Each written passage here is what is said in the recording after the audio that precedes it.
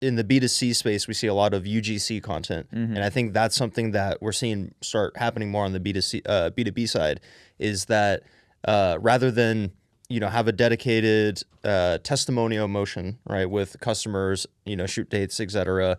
We're starting to see some brands do testimonial lookalike content with subject matter experts, that most of the time are customers as well, but as part of an influencer campaign. And then you can repurpose those assets to run paid behind that. So I think an influencer organic content marketing motion can also inform paid strategies, which is really interesting. Yeah, well, there's a really interesting stat that I wish I have off the top of my head, but I don't have the number. But there's a really interesting stat around the performance of your paid efforts in relation to your brand's awareness. So the brands that are generating lots of awareness through potentially influencer marketing, they're going to see way better results on their advertising because they have that brand recognition.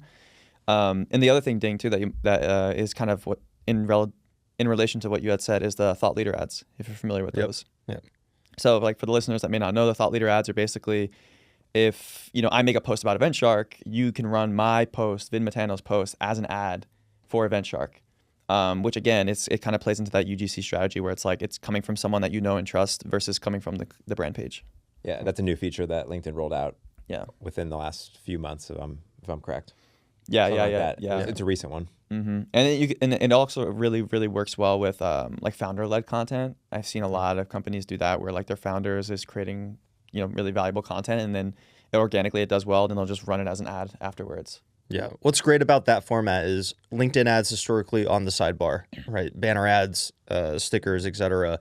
And the influencer thought leadership ads are actually in the feed along with other posts. They look like other posts. There's a little sponsored blurb at the top, but it's not super obvious. Right. Dude, you know what I actually saw recently that I thought was really interesting? So I've been seeing a ton of these ads for Intuit. Have you seen these on LinkedIn? Intuit. Like for QuickBooks? For QuickBooks. Have you seen these ads? I have. Okay, so have you seen these ads? I haven't seen these ads. I just noticed this the other day. I don't know if this is like they've been doing this for a while, but I literally just noticed this the other day. So I've been seeing a lot of these QuickBook ads, and I'm like, what the hell? So I click into the person. They're running thought leader ads on influencer videos. But I click the page of the person posting it, and like they are barely active on LinkedIn. So what they're doing, I did some research. What they're doing is they're finding creators that are running businesses because they're ICP as small business owners that are maybe active on other platforms like YouTube or Instagram. So this creator knows how to make videos. They have the creator create the video, post it on their LinkedIn, even though they might have 400 followers, literally, like they don't use LinkedIn at all. But they just run that post as an ad.